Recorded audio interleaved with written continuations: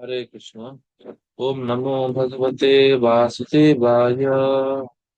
ओम नमो भगवते वासुदेवाय। ओम नमो भगवते वासुदेवाय। ना नारायणं नमस्कृत्य नरं चैव नरोत्तमं देवीं सरस्वतीं व्यासं ततो जयमुदीरयेत्। मुखं करोति वाचालं पुंगवं लङ्घयेत् चिरं यत्कृपातमहं वन्दे श्रीगुरुदिनतारिणं परमानन्दमाधवं श्रीचैतन्येश्वरं। नमो विष्णुपादाय कृष्णकृष्णाय। হরে কৃষ্ণ। তো আজকে আমরা আহ আজকের দিনের আলোচনাতে আমরা আজকে আলোচনা করব যে শ্রীল প্রভুপাদের গ্রন্থ আহ, অধ্যয়নের সময় বা প্রভুপাদের ব্যাখ্যা যুক্ত গ্রন্থ যখন আমরা পড়ব, সেই অধ্যয়নের সময় আমাদের সেই শাস্ত্র পাঠের সময় আটটি লক্ষ্য আছে, সেই আটটি লক্ষ্য সম্পর্কে আজকে আমরা আলোচনা করব। অর্থাৎ যখনই আমরা কোনো গ্রন্থ পড়ি, বিশেষ করে শ্রীল প্রভুপাদের তাৎপর্যযুক্ত বা ব্যাখ্যাযুক্ত, তখন সেই তাৎপর্য বা ব্যাখ্যা পড়ে আমাদের এই আটটা জিনিস খুঁজে বের করার চেষ্টা করতে হবে। এটা শুধুমাত্র ভগবত গীতা নয়, এটা প্রভুপাদের যে তাৎপর্যযুক্ত সমস্ত গ্রন্থের ক্ষেত্রে। 1972 সনে 22শে June Srila Prabhupada Los Angeles থেকে তার নেতৃস্থানীয় শিষ্য হংসদূত প্রভুকে পত্র লিখেন। তিনি লিখছেন, প্রভুপাদ লিখছেন, সুতরাং তোমাকে বিশেষভাবে ভক্তদেরকে উৎসাহ দিতে হবে। কিসের জন্য উৎসাহ দিতে হবে? যেন তারা আমাদের গ্রন্থগুলো পুরো দিনে যতটা সম্ভব অধ্যয়ন করে। তাদের উপযুক্ত পরামর্শ দিতে হবে কিভাবে গ্রন্থগুলো হৃদয়ঙ্গম করতে হয়, এবং কিভাবে বিভিন্ন দৃষ্টিকোণ থেকে বিষয়গুলো গভীরভাবে অধ্যয়ন করতে হয়। এই লাইনটা হচ্ছে গুরুত্ব। কিভাবে বিভিন্ন দৃষ্টিকোণ থেকে বিষয়গুলো গভীরভাবে অধ্যয়ন করতে হয় সেই বিষয়ে আমাদের জানতে হবে।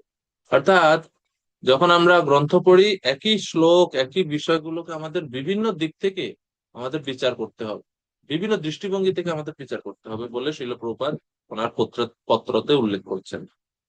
প্রভুপাদ লিখছেন যে এইভাবে আমাদের জিহ্বাকে সর্বদা ভগবানের সেবায় নিয়োজিত রেখে রেখে হোক তা দর্শন আলোচনার অথবা হরে কৃষ্ণ মহামন্ত্র জপের মাধ্যমে, এভাবে আমাদের জিহ্বাকে সবসময় ভগবানের সেবায় যুক্ত রাখতে হবে।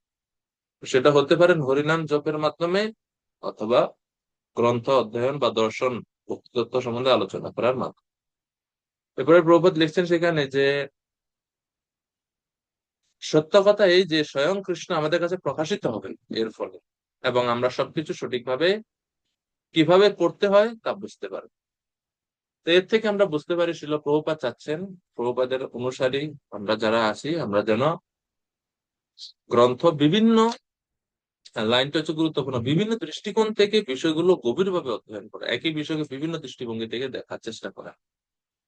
তো আটটি লক্ষ্য আমাদের ইসকনে বলা হয়ে থাকে, যে আটটি লক্ষ্য আমাদের আটটি লক্ষ্য আমাদের খুঁজে বের করার চেষ্টা করা উচিত এবং এগুলো মাথায় রেখে অধ্যয়ন করা উচিত। তো সেই নিয়ে আজকে আমাদের আলোচনা, আমরা সংক্ষিপ্ত ভাবে আলোচনা করব, বিস্তারিত না সংক্ষিপ্ত। তো হচ্ছে শাস্ত্রীয় শিক্ষার লক্ষ্য। এই হচ্ছে আটটি লক্ষ্য, যেটাকে প্রধান তিন ভাগে ভাগ করা যায়: নলেজ, স্কিলস এন্ড হচ্ছে ভ্যালু। এই তিন ভাগে আমরা ভাগ করতে পারি। নলেজ মানে হচ্ছে জ্ঞান, জ্ঞানের স্তরে দুইটা ভাগ আছে। কি হচ্ছে দুইটা যে জ্ঞানের স্তরে নলেজ, এর দুইটা ভাগ কি কি? নলেজ যেটা হচ্ছে মেমোরি প্লাস রিকল, অর্থাৎ কোনো কিছু মুখস্থ করা বা স্মরণে রাখা। আর এই জ্ঞানের মধ্যে আরেকটা হচ্ছে বোধগম্যতা বা আন্ডারস্ট্যান্ডিং। এই পাশে যেটা দেখতে পাচ্ছেন এটা হচ্ছে সংক্ষিপ্ত রূপ। কে এন ও মানে হচ্ছে নলেজ, আর ইউ এন্ড ডি মানে হচ্ছে আন্ডারস্ট্যান্ডিং। এটাকে সংক্ষিপ্ত ভাবে আমরা বলে থাকি। তো প্রথম লক্ষ্য হচ্ছে মুখস্থ করা, জ্ঞান অর্জন করা, জ্ঞান। দ্বিতীয় হচ্ছে বোধগম্যতা। তৃতীয় হচ্ছে পার্সোনাল অ্যাপ্লিকেশন, ব্যক্তিগত জীবনে প্রয়োগ। চতুর্থ হচ্ছে প্রিচিং অ্যাপ্লিকেশন, প্রচার ক্ষেত্রে প্রয়োগ। পঞ্চম হচ্ছে মুড এন্ড মিশন, মনোভাব এবং উদ্দেশ্য। ছয় হচ্ছে বৈষ্ণব ইন্টিগ্রিটি বা সাধুতা। সাত নাম্বার হচ্ছে কালচার এন্ড এটিকেট, সংস্কৃতি ও সদাচার। আর সর্বশেষ অষ্টম হচ্ছে বৈষ্ণব কোয়ালিটিস বা বৈষ্ণব গুণাবলী। তো মুড অ্যান্ড মিশনকে আমরা বলছি MM, বৈষ্ণব ইন্টিগ্রিটি কে হচ্ছে VI, culture and etiquette CE, এবং বৈষ্ণব এটিকেট হচ্ছে VQ। এই হচ্ছে আহ 8টি লক্ষ্যের নাম। এগুলো সম্বন্ধে আমরা এখন একটু সংক্ষিপ্ত ভাবে একটা একটা করে আলোচনা করি। প্রথমে নলেজ আসলে কি, বা এই এই এই এই অঙ্গটা মানে কি বোঝায়, নলেজ মানে কি বোঝায়। তো যখন আমরা ভক্তি শাস্ত্র অধ্যয়ন করি বা শাস্ত্র অধ্যয়ন পাঠ করি, এই শাস্ত্রের পাঠের মূল হচ্ছে শাস্ত্রসম্মত জ্ঞান অর্জন করা। জ্ঞান অর্জন করা মানে হচ্ছে আমাদের অবশ্যই এই যে প্রথম অঙ্গটা নলেজ, যেটাতে আছে মেমোরি এবং রিকল, মানে মনে রাখা কোনো কিছু এবং স্মরণ রাখা সেটা।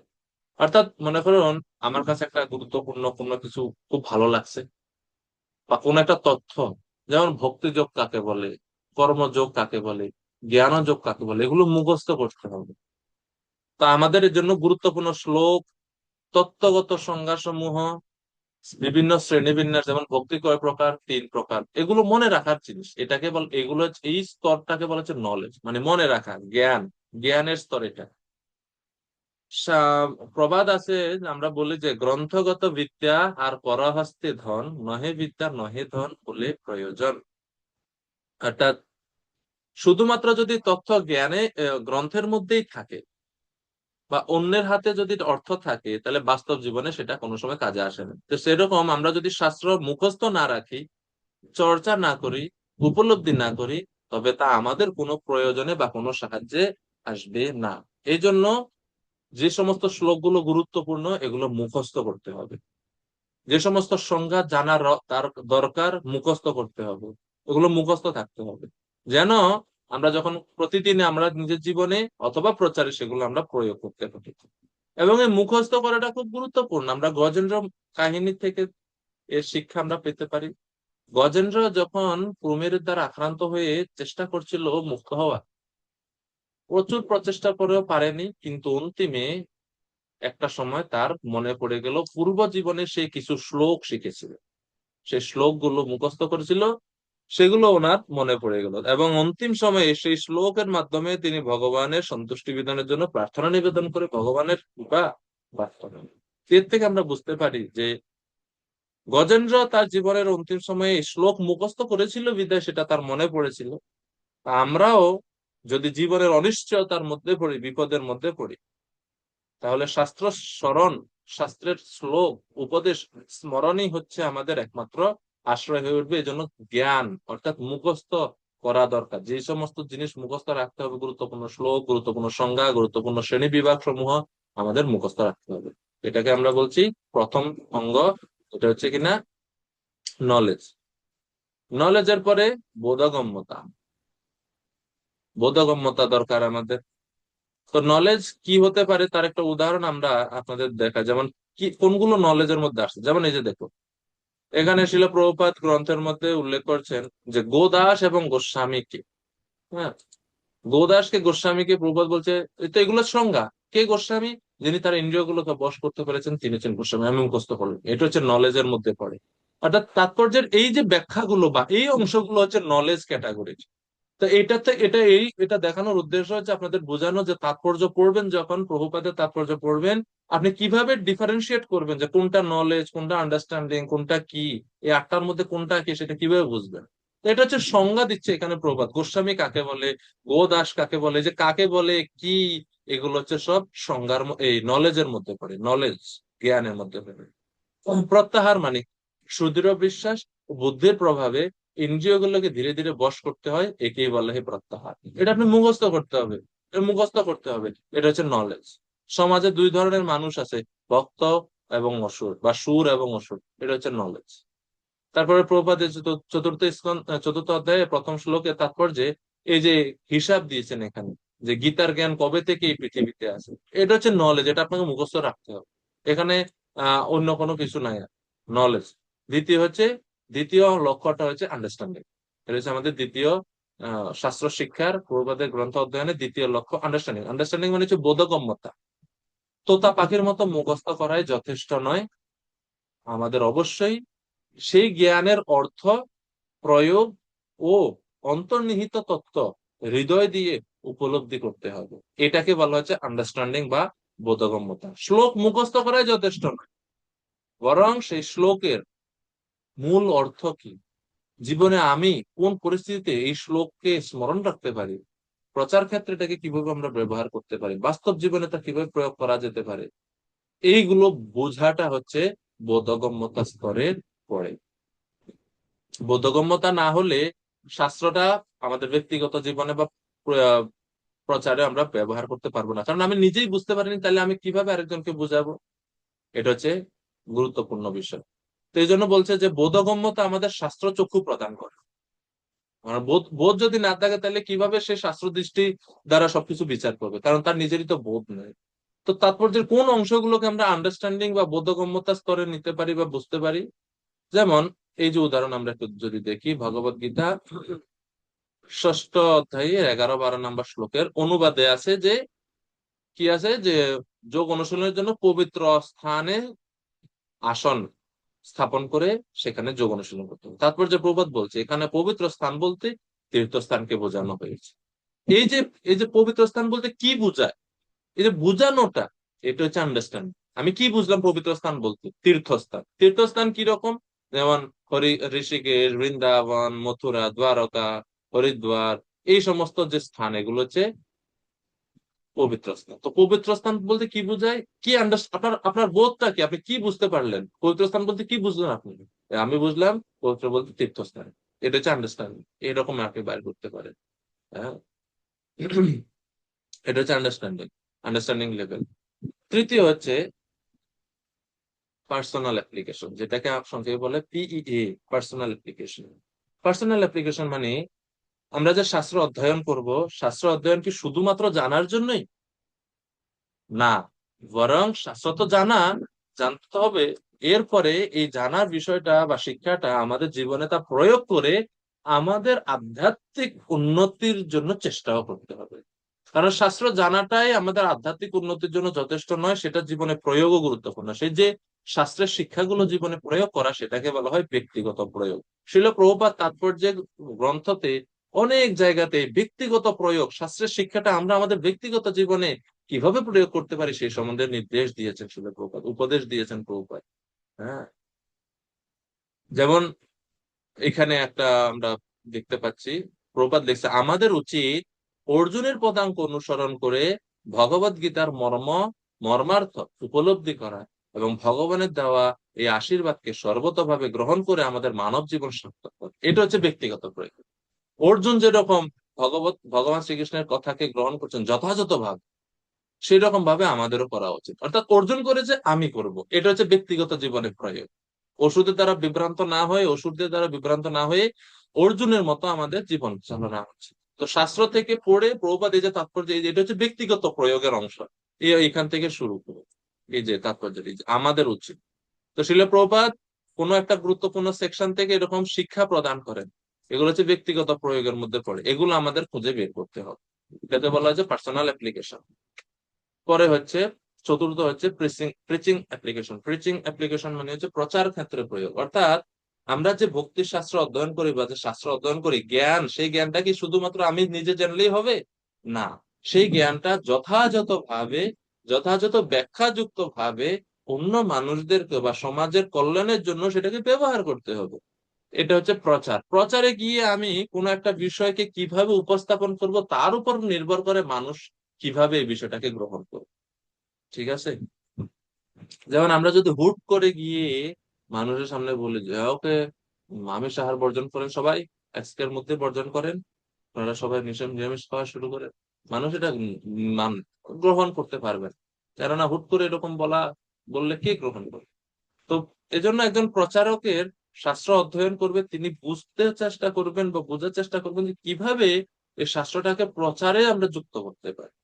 ঠিক আছে, প্রচারে আমরা কিভাবে যুক্ত করতে পারি। তো সেই ক্ষেত্রে এই যে শ্রীল প্রভুপাদ এখানে 4th অধ্যায়ে 4th শ্লোকে তাৎপর্য বলছে, প্রত্যেকের তার নিজের স্বার্থে শ্রীকৃষ্ণ সম্পর্কিত প্রকৃত তত্ত্বজ্ঞান জানা উচিত। এটা হচ্ছে প্রচার। যে নিজের জন্যই আপনাকে কৃষ্ণ তত্ত্ব জানতে হবে, আমার জন্য না। আর তো তখন মানুষ বলে, ও এটা আমার ব্যক্তিগত জীবনের জন্য। এরপরে প্রভুপাদ চতুর্থ অধ্যায়ের পঞ্চম শ্লোকে বলছে, তিনি অদ্বৈত অর্থাৎ দেহ এবং তিনি স্বয়ং এক এবং অভিন্ন। ভগবান সম্পর্কিত সবকিছু হচ্ছে চিন্ময়, কিন্তু জীবের স্বরূপ এবং তার জড়দেহ এক নয়। ভগবান যখন জড়জগতে অবতরণ করেন তখন তার দেহ এবং তিনি স্বয়ং একই থাকেন, তাই জগতে অবতরণ করলেও তিনি জীবের থেকে স্বতন্ত্র থাকেন। তো এর দ্বারা আমি বোঝানোর চেষ্টা করছি মানুষকে যে ভগবানের দেহ এবং আত্মার মধ্যে কোনো পার্থক্য নেই, কিন্তু আমাদের দেহ আত্মা পার্থক্য আছে। তা আমাদের যেহেতু দেহ এবং আত্মার মধ্যে পার্থক্য আছে, এই জন্য আমরা সহজে মনে করি যে ভগবানের দেহ এবং আত্মার মধ্যে পার্থক্য আছে। কিন্তু প্রচার ক্ষেত্রে গেলে আমাদের এভাবে যুক্তি তর্কের মাধ্যমে শাস্ত্রের শিক্ষাটাকে বোঝানো উচিত মানুষকে, যে বিষয়টা এরকম। তো এই প্রিচিং অ্যাপ্লিকেশন বা প্রয়োগ ক্ষেত্রে, প্রচার ক্ষেত্রে প্রয়োগের এখানে আসে যে সমাজে, সমসাময়িক সমাজে কিছু প্রচলিত ধারণা বা কিছু প্রচলিত মতবাদ মানুষের মনের মধ্যে থাকে। তো সেই মতবাদ গুলোকে আমাদের খুব সুন্দরভাবে, সাবলীল ভাবে সমাধান করে মানুষকে যথাযথভাবে শাস্ত্র শিক্ষা প্রচার করতে চেষ্টা করতে হবে। এটা হচ্ছে প্রিচিং অ্যাপ্লিকেশন। এবারে 5 হচ্ছে মুড এন্ড মিশন। প্রভুপাদের গ্রন্থ যখন আমরা পড়ি, পড়ার ফলে আমাদের প্রভুপাদের মনোভাব জানার বা বোঝার চেষ্টা করতে হবে। প্রভুপাদ কি ভাব এখানে প্রকাশিত হচ্ছে প্রভুপাদ, শাস্ত্র পাঠের এটা একটা গুরুত্বপূর্ণ উদ্দেশ্য, লক্ষ্য আমাদের, যে আমরা যেন প্রভুপাদের মনোভাব বুঝি। কারণ একজন যথার্থ অনুসারী হতে হলে অবশ্যই মনোভাব বুঝতে হবে। মনোভাব না বুঝলে কিভাবে আমি ওনার অনুসারী হব? তার ওনার মুড বা ওনার মনোভাব এবং ওনার উদ্দেশ্য যদি বুঝতে হয়, তাহলে ওনার কথাগুলোকে বুঝতে হবে। দেখুন শিলা প্রভুপাদ এখানে চতুর্থ অধ্যায়ে দ্বিতীয় শ্লোকে প্রভুপাদ দেখুন বলছে এখানে যে 5,000 বছর আগে ভগবান স্বয়ং লক্ষ্য করেন যে সেই গুরু শিষ্য পরম্পরা ধারা বিচ্ছিন্ন হয়ে গেছে, তাই তিনি ঘোষণা করেন যে গীতার উদ্দেশ্য হারিয়ে গেছে। আজকের জগতেও আমরা দেখতে পাই গীতার অর্থ কিভাবে বিকৃত হয়ে গেছে। গীতার অনেক সংস্করণ আছে, কিন্তু তাদের মধ্যে প্রায় কোনোটাই গুরু পরম্পরা ধারায় অনুযায়ী নয়। তথাকথিত সমস্ত পণ্ডিতেরা অসংখ্য ধরনের ব্যাখ্যা নিয়ে কৃষ্ণ কথার নামে একটি ভালো ব্যবসা চাকিয়ে বসেছে, কিন্তু তাদের মধ্যে কেউই পরম পুরুষোত্তম ভগবান শ্রীকৃষ্ণকে স্বীকার করে না। এটি হচ্ছে আসরিক পদ্ধতি। তো আসরিক অসুরেরা কখনো ভগবানকে বিশ্বাস করে না, কিন্তু তারা কেবল ভগবানের সম্পত্তি ভোগ করার ব্যাপারে অত্যন্ত তৎপর। পরম্পরা ধারায় প্রাপ্ত ভগবত গীতার যথাযথ একটি ব্যাখ্যা প্রচার করার বিশেষ প্রয়োজন আছে, তা উপলব্ধি করে এই সংস্করণটি প্রকাশিত হয়েছে।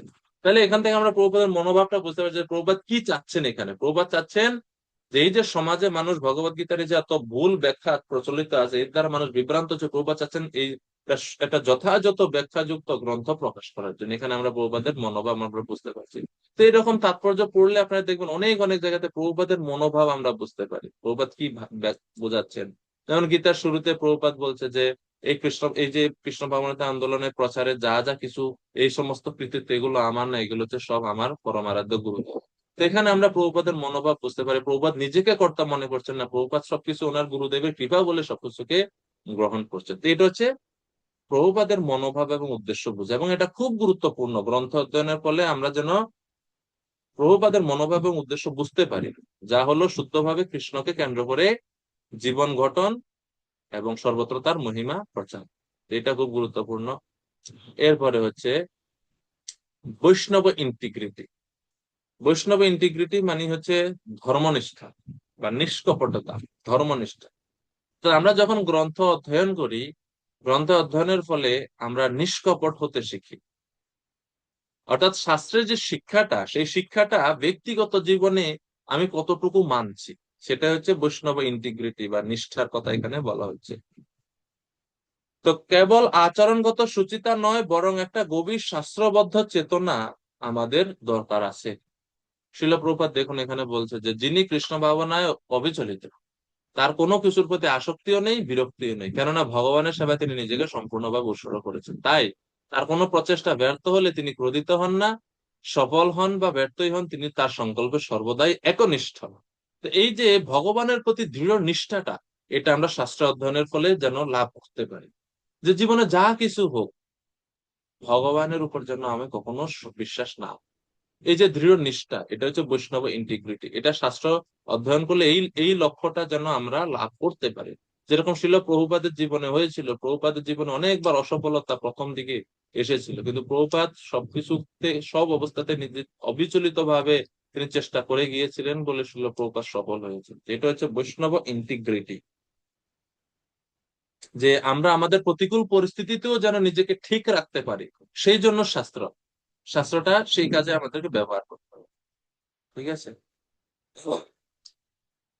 তারপরে হচ্ছে কালচার অ্যান্ড এটিকেট, যেটাকে আমরা বাংলা বলি সংস্কৃতি এবং সদাচার। যখন আমরা গ্রন্থ অধ্যয়ন করি, গ্রন্থ অধ্যয়নের ফলে আমরা কিছু সংস্কার, সংস্কৃতি এবং কিছু সদাচার সম্বন্ধে আমরা শিক্ষা লাভ করি। এই সদাচার শিক্ষা আমরা যেন আমাদের জীবনে প্রয়োগ করতে পারি।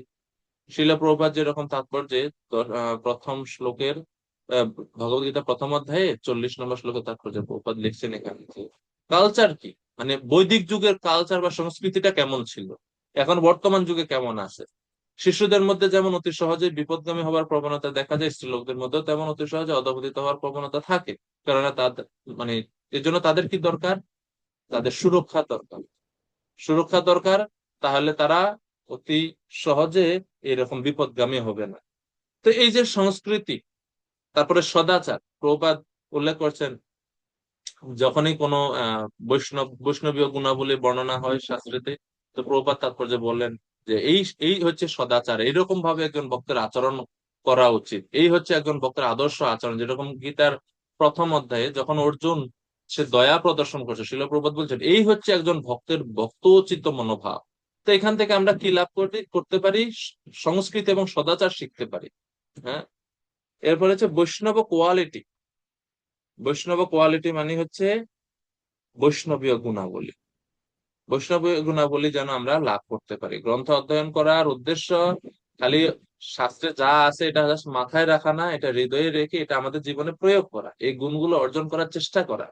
তো চৈতন্য চরিতামৃতে 26টি গুণের কথা বর্ণনা করা আছে। অমানিত্যম, অদম্বিত্তম, ভগবদ গীতাতেও আছে এটা 13 অধ্যায়ে। তো এই যে বৈষ্ণবীয় গুণাবলী, এই বৈষ্ণবীয় গুণাবলী গুলো কিন্তু আমরা লাভ করতে পারি শাস্ত্র অধ্যয়নের মাধ্যমে এবং ভক্তিযোগে যুক্ত হওয়ার মাধ্যমে।